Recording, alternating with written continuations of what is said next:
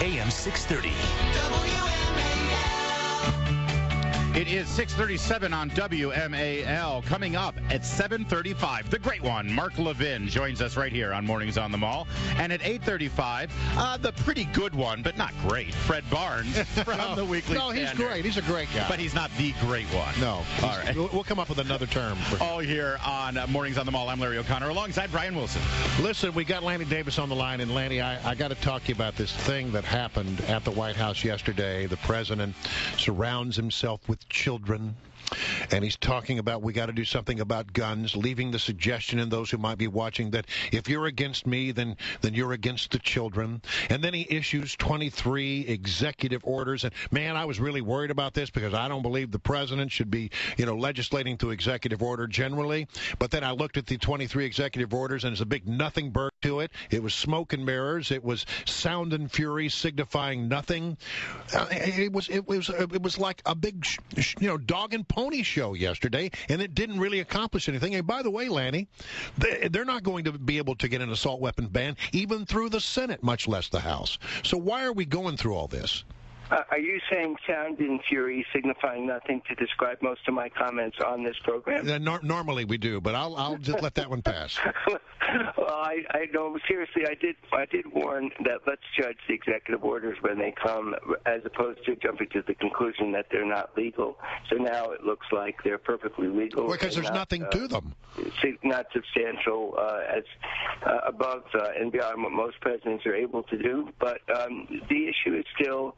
And I wish that with backdrop weren't these tragedies. I don't like that visual either. But these parents are grieving, and a lot of this is about closure for them. So I think some of it is for the parents, not for us. Well, these weren't parents and kids from the school.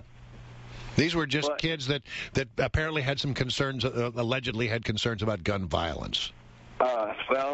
I've seen Piers Morgan and other programs with the parents on.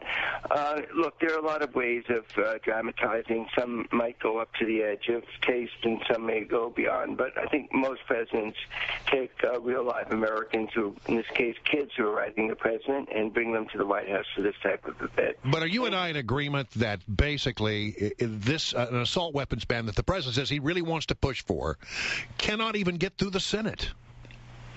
Well, I think it's unfortunate. Senator Manchin, member of the NRA, quite a conservative Democrat from West Virginia, and certainly pro-gun, after this tragedy in Newtown, said, it's time to at least take some action, and I think background checks, there seems to be over 70-80% of the American people agreeing with that, even Republicans.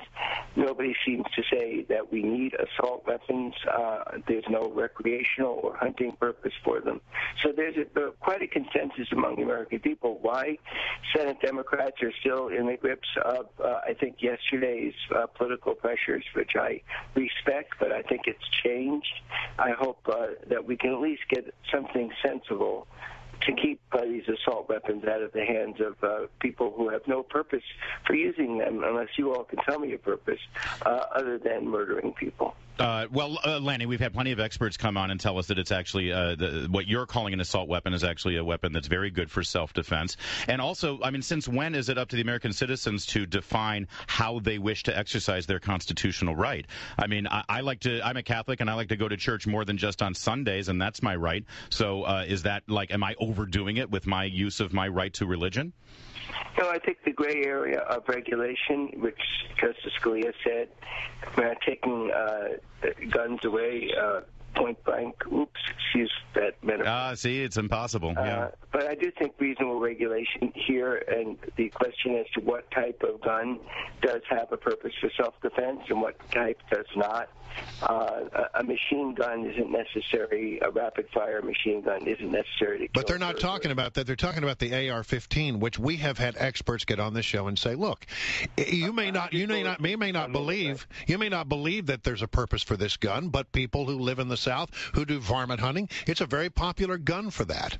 Oh, my goodness. Well, maybe they have to give up varmint hunting and use another type of rifle than a rifled gun, weapon weapon that uses 100 bullets a minute to kill varmints. I think there's a gray area for reasonableness here that we can debate, but the American people have decided. I don't understand why there are senators that aren't going to allow a vote on this. Well, it's because they swore to uphold and defend the Constitution, and they believe that's what they're doing. But I want to peel back on one quick thing that you just said here, Lanny, a few minutes ago. You said, with regard to using children during the signing ceremony, that there's many ways to illustrate and dramatize a point, and some of them push up against the boundaries of good taste. Do you believe that that's the case here, that the president, by using children yesterday during the ceremony, was dancing on that border of good taste? I don't think it was tasteless, but I think that there's certainly a reasonable question whether this was the occasion to bring children in. But this is a White House. Ronald Reagan really was a genius at creating a visual that would dramatize an issue, and that's what this White House has done. And I certainly respect your right to say you didn't really need kids in this very serious occasion. Can you give an example of when? Can you give an example of when Ronald Reagan would use the death of innocent children and the visual of children standing around him to push a political agenda? I don't remember that long ago. I'm in my 60s. I'm having a 60s moment that I remember yesterday. All right, Lanny, we'll let you off on that one. Can I give a plug to Dogs and Cats, though?